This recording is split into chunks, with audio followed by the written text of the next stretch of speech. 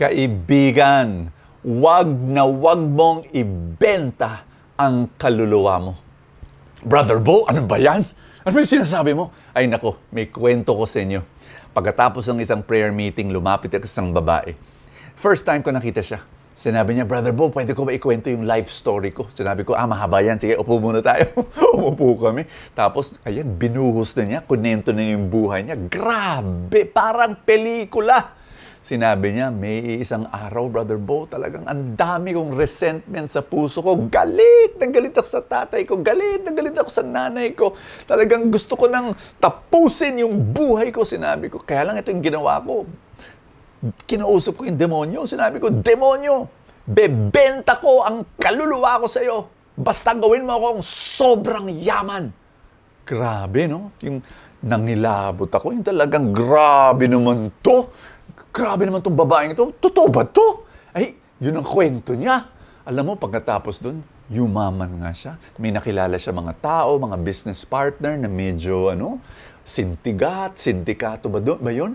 Tapos may makilala mga politician, tapos basta mga masasamang tao, nakilala niya. Tapos, ayan na, ang dami na niyang mga underground business. Yumaman, ang dami niyang pera. Parang alon daw yung pera. Yung talagang hindi niya alam anong gagawin niya sa pera. Bili siya ng mga bahay sa Amerika, bili siya ng mga negosyo. Sobrang dami niyang pera. Kaya lang ito, na-realize niya, ang lungkot-lungkot ng buhay niya. Hindi niya maintindihan bakit miserable. Ang dami na niyang pera. Kaya niya nang bumili ng mga sports cars, kung ano-anong binibili niya. Walang kwenta. Alam niyo, gusto niyang magpakamatay. Pero nagdasal siya kay Lord. Yung Lord na nakalimutan niya, ayaw niyang balikan. Ngayon, bumabalik siya. Sinabi niya, Lord, patawad. Alam mo, humingi siya ng tawad kay Lord. After that, ayun, nawala yung pera, nawala yung negosyo, nawala! Tapos, patong-patong pa yung utang niya. Tapos, kinakausap niya ako, sinabi niya, Brother Bo, mahirap ako ngayon, pero masaya. Kasi kasama ko si Lord. Kaling Kaibigan, yung example niya, extreme naman masyado, no? Biruin, binenta niya yung kaluluwa sa demonyo. Pero tayo, we also make foolish exchanges. Halimbawa, 3 tanong, share natin sa iyo ngayon.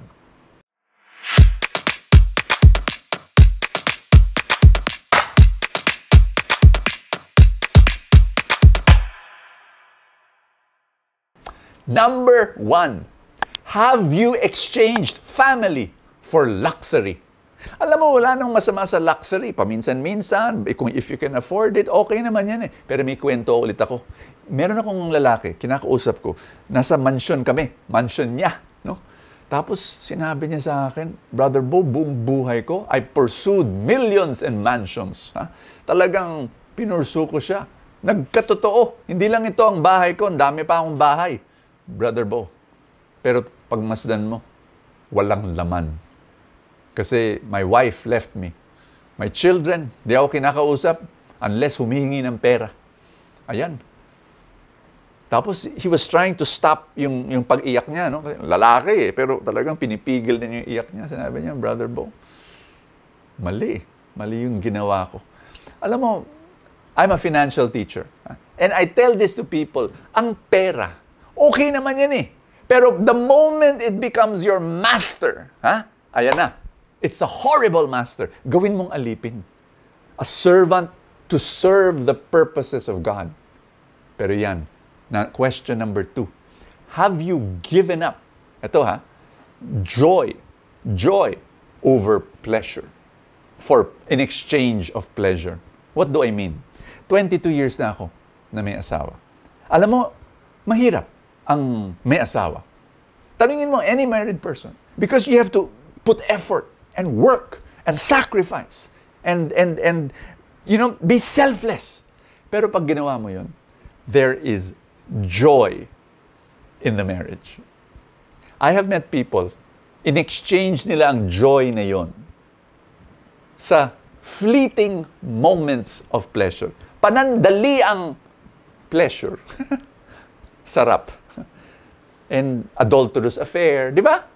Ayun, sayang. At the end, regret. Ay, nawala. Nawala yung joy of a family, of marriage. Last example. Have you given up peace over pride? May kausap ako. Tatay. 4 na taon na niyang hindi kinakausap yung anak niyang lalaki. Bakit? Pride. Sinabi ko sa kanya, 4 na taon na. Simple lang naman eh. Humingi ka ng tawad sa kanya. Sinabi niya sa akin, ayoko! Ayan, pride, di ba? Ayoko, tatay ako. Sinabi ko, gawin mo. Sige na, gawin mo. Alam mo, isang tawag niya, unang salita niya, forgive me. Alam mo, ganun na. Naayos na yung relationship. Sayang yung 4 na taon, di ba? Kasi pride eh. Imbes na peace. Alam mo, ebanghelyo natin ngayon, ganun na ganun. It is Matthew chapter 26, si Judas, binenta si Jesus for 30 silver coins. Magkano ang 30 silver coins? Ay, hindi natin alam. Yung mga Bible scholars hindi nag-agree. Yung iba na sinasabing, $1 million! Yung iba naman, hindi, 10,000 pesos lang yan. Pero kasi depends on the measurements, no? And the factors that you will measure it. Pero yun ang punto. Siguro nung panahon ni Judas, kay Judas, ang laki lang bagay yun, binenta niya na si Jesus, no? Ang pangit yung exchange na yun, ano? But I want you to know that that is what we do when we sin. We exchange Jesus for whatever we want. Balik tayo kay Lord. Di ba yung unang kwento ko, yung babae, nung binenta niya yung kaluluwa niya kay demonyo, nakabalik siya, di ba? Ang bait ni Lord. Pinababalik. Tayo rin, balik tayo sa Kanya ngayon. Are you ready? In the name of the Father, and of the Son, and of the Holy Spirit, Amen. Just pray with me. Lord, bumabalik ako sa iyo. Pabalakin mo ako, Panginoon. And Lord, tanggapin mo ulit ako. Patawarin mo ako sa lahat ng aking kasalanan. At Lord, gusto ko, I belong to you. Sa'yo na ako, Lord. Sa'yo na. Ayoko nang umalis. Maraming salamat. I belong to you and I'll follow you. Ayoko na gumawa ng foolish exchanges. In Jesus' name. Amen! In the name of the Father, and of the Son, and of the Holy Spirit. Amen. Alam mo, bukas, Holy Thursday. Punta ka sa ating retreat. holyweekretreat.com. Punta ka doon. Libre yan. 2 to 3 hours lang. For 4 days. Holy Thursday, Good Friday, Black Saturday, and Easter Sunday. Ay nako, mabibless ka and you will be brought closer to God. Ako'y nagpapasalamat sa mga full-time supporters na sumusuporta sa ating mission. Maraming salamat sa iyong kabaitan. If you want to support, click the link that says support now underneath the video here in Facebook. Ako'y magpapasalamat. Magpapadala ako ng full tank Saturday and Sunday para sa mga supporters. At nagpapasalamat rin ako sa mga nagpapadala ng stars. God bless you and I will see you tomorrow.